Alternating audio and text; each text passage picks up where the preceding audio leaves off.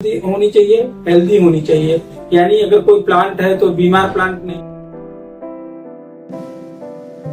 Hello students, आज हम लोग होम्योपैथिक फार्मेसी के विषय में पिछली बार बेसिक इंट्रोडक्शन में दे चुका हूं। आज हम अब टॉपिक पे आते हैं और चूंकि मैं पिछली बार डिस्कस आप लोगों से कर चुका हूं कि बुक चाहे आप डीडी बनर्जी, मंडल एंड मंडल, कोई भी बुक से आप पढ़िए, सब में लमसम थोड़ा लैंग्वेज डिफरेंस है, बाकी सब कुछ आपको सेम मिलेगा। तो आज हम बेसिकली हम डीडी बनर्जी से ही पढ़ाएंगे और आप डीडी बनर्जी से पढ़िए या जो भी आप बुक से चाहें, कोई भी टेक्स्ट बुक से पढ़िएगा।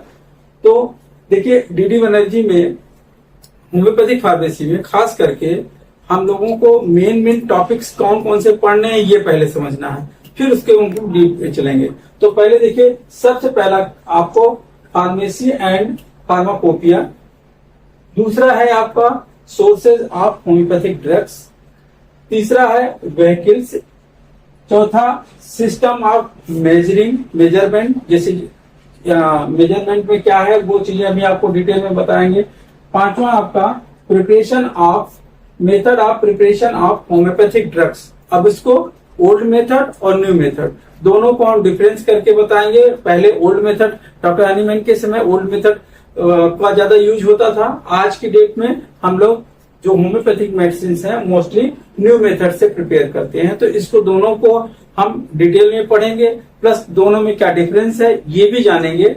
इसके बाद आपका 6 नंबर पे पोटेंटाइजेशन ऑफ ड्रग्स या ड्रग डायनामाइजेशन, जिसमें हम दवाइयों की पावर कैसे बढ़ाते हैं, उसमें डिफरेंट स्केल्स आपको हम बताएंगे, जैसे centesimal scale, 50 मिलीसिमल scale, decimal scale, ये पूरा डिटेल इसमें है। 7th में है आप प्रेस्क्रिप्शन, जैसे डॉक्टर मरीजों को दवाइयां लिखता है तो उसका प्रेस्क्रिप्शन राइटिंग पूरा डिटेल आपको देंगे इसमें।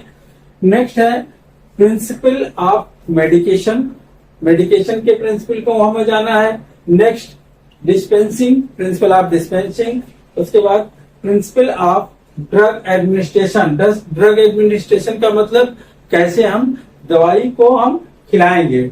एक्सटर्नल एप्लीकेशन में जितने भी ऑइंटमेंट, लोशंस, क्रीम, इस तरह की जो लगाने वाली जो दवाइयां हैं वो सब इसमें यूज होते हैं, बताया जाएगा। और एक्सटर्नल एप्लीकेशन से क्वेश्चंस, काफी कुछ क्वेश्चंस पिछली बार भी पूछे गए थे और ये इम्पोर्टेंट है, इसको मैं डिटेल में और आपको बताऊंगा।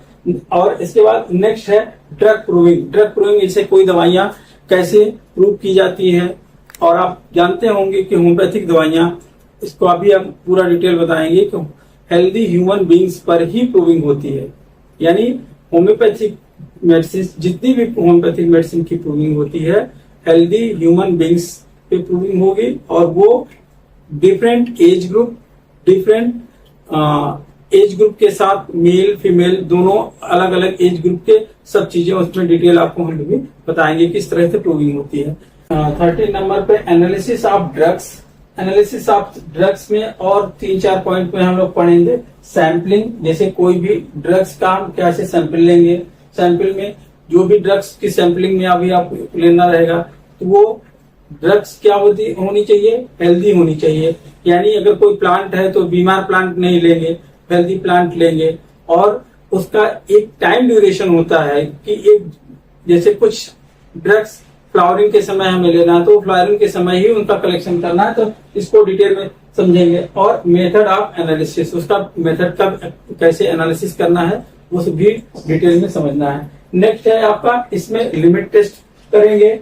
उसके अलावा identification of some chemicals and their drugs, और उसी में जो ड्रग दवाइयां हैं उसी में से उनके कुछ केमिकल्स और उनसे कौन कौन सी दवाइयां बनाई जा रही हैं उनको हम इसमें पढ़ेंगे।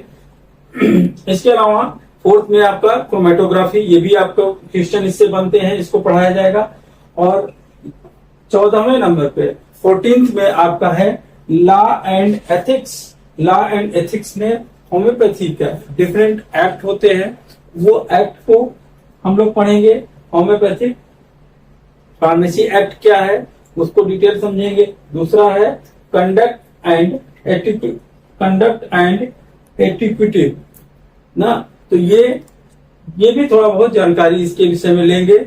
इसके अलावा आपका डेवलपमेंट एंड स्कोप ऑफ, इसके अलावा 14th में आपका हो जाएगा development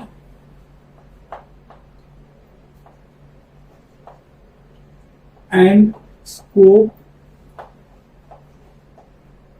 development scope and research, development scope and research in homeopathy. Specially India में हम लोग होम्योपैथी का कैसे डेवलपमेंट हुआ, ये सब चीजें पिछली बार भी कुछ क्वेश्चन इससे आए थे, तो इसको भी हम लोग अध्ययन करेंगे।